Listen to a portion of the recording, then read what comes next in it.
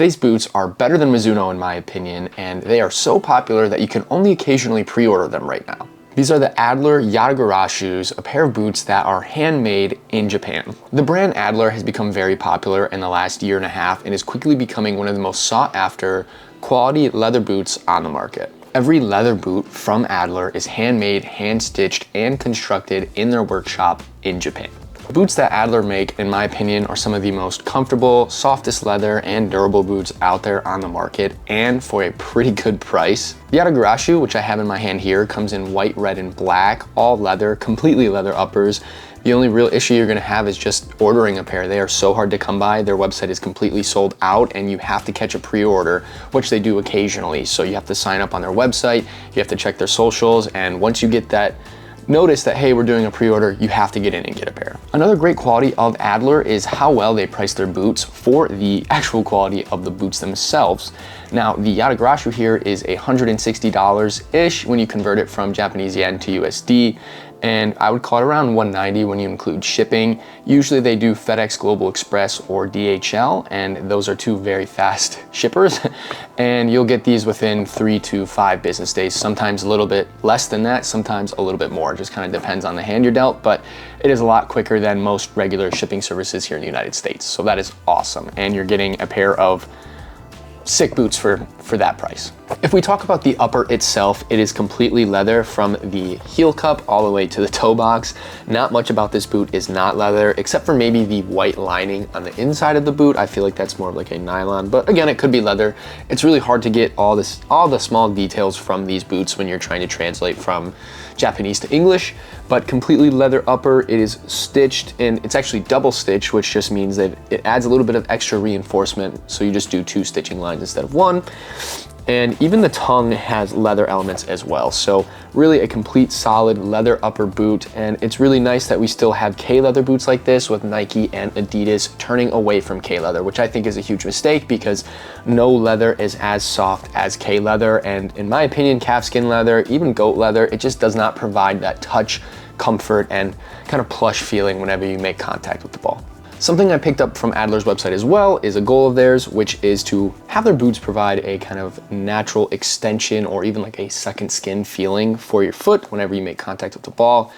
It does that. I promise you, the Horenzo, which I love, and the Yatagarashu here, which I also love, they both do that really well. Something I'm not sure if everybody will like about Adler boots is the structure of the boots. And what I mean by that is, it is super, super pliable, so you can really just flatten them out besides the heel cup, which you always kind of need a solid heel cup. The rest of the boot just smushes down. Now, it does have a little bit of structure from that stitching, but I more mean that it's basically just a leather upper that you tighten onto your foot, and then it has a sole plate. And I really like that feeling. If we move on to the sole plate, it's about as classic as you can possibly get. Rounded studs, nylon sole plate.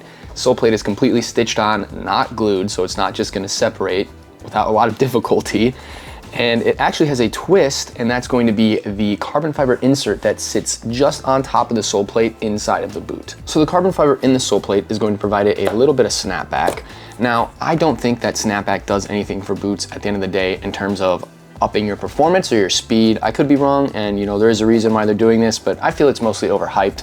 However, I do like the fact that I have a solid structured carbon fiber piece on top of my sole plate to provide a little bit of extra stability within the sole plate itself, not so much the snapback, and that basically leaves you as just a piece of leather over top a carbon fiber sole plate, and it's pretty great.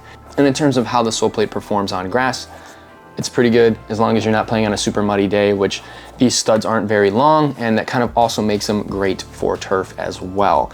And I've worn them on both grass and turf. I don't really have a preference for which one I wear them on, but it performs decently. I mean, it does what it's supposed to do. It's a sole plate that's meant for grass, and it also does well on turf because it's conical. So if you've ever worn something like a Copa Mundial on turf, in my opinion, it doesn't really feel bad, and that's how this sole plate felt, to give you some sort of comparison. Now we're going to talk about sizing, and it is very, very important that you listen to this next minute and a half so you understand what size to get when you are able to get a pair of Adlers. Adler boots fit large, and to give you kind of some context, I wear a 9 US in Nike, pretty much every single Nike model, and in Adidas I wear basically a 9 in everything as well.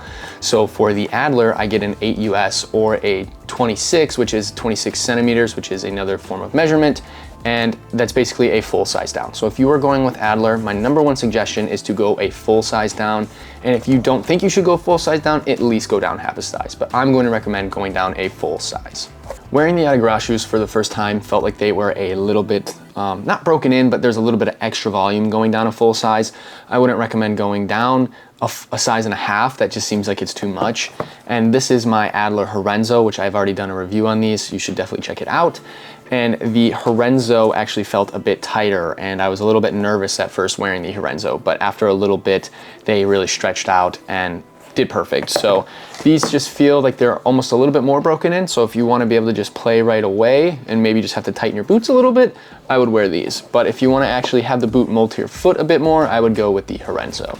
Does that mean the Yatagarashu is a bad boot? No, it was still fantastic, but that's just another detail that I think is important. If you are worried about breaking time, don't worry about it too much. It's not really that big of a deal, and your foot will stretch it out if there's any issues, but I don't think there will be. And for durability, these boots are built like tanks. It's about as quality as it comes. They're hand stitched.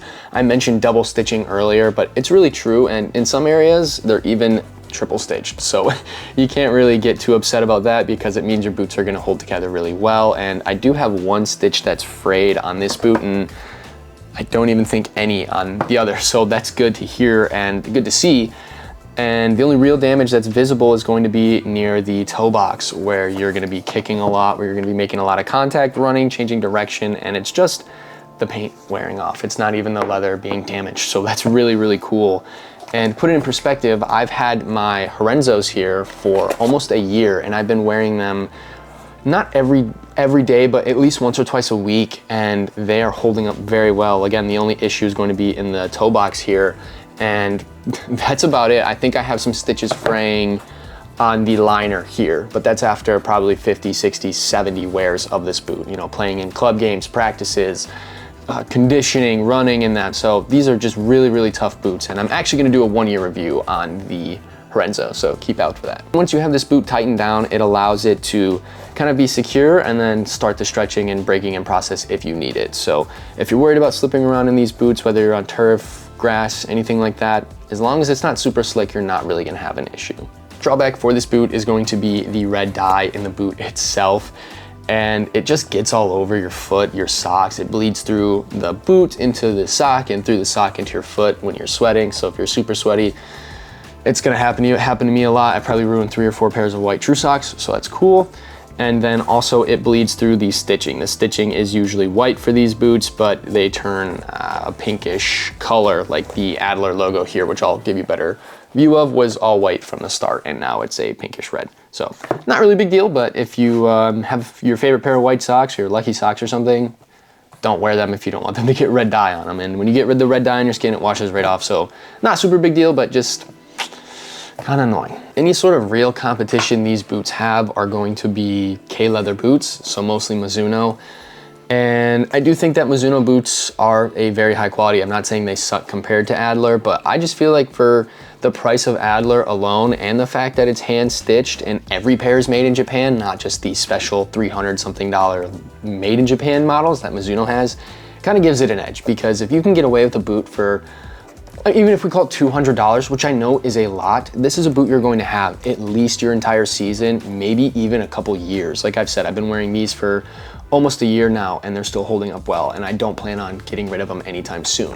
So if you're somebody who only buys 1 or 2 pairs of boots a year, or even less than that, this is gonna edge over that completely. And in terms of the quality of the K-leather, they're about the same. I can't really tell you a difference other than the entire boot is leather for the Adler. So that's just another little add-on. And if I had to choose which Adler model between the Horenzo and Yatagarashu, personally, I've just been wearing the Horenzo a lot longer, so it might just be a favoritism there because I've had so much more experience, but I kind of just like this boot a little more. It's got a bit of a lower cut and just a lower profile around the ankle, and I think it looks a lot cooler.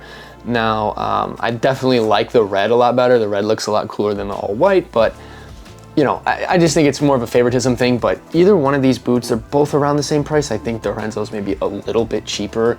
You're not gonna be disappointed. So whichever Adler you do get that's completely K-leather, I think you'll really enjoy.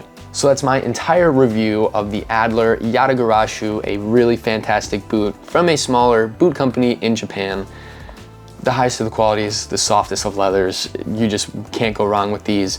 If you have any questions about Adler, if you want some help trying to get a couple pairs, let me know. If you just anything, I'll try to do my best to facilitate and kind of set you up for success to get a pair, or point you to somebody who can. And that's it for you guys today. If you like this review, if you like football boot reviews, facts, videos, anything boot content related, please follow the channel, check out the rest of the reviews we have. And with that, I will see you guys in the next one.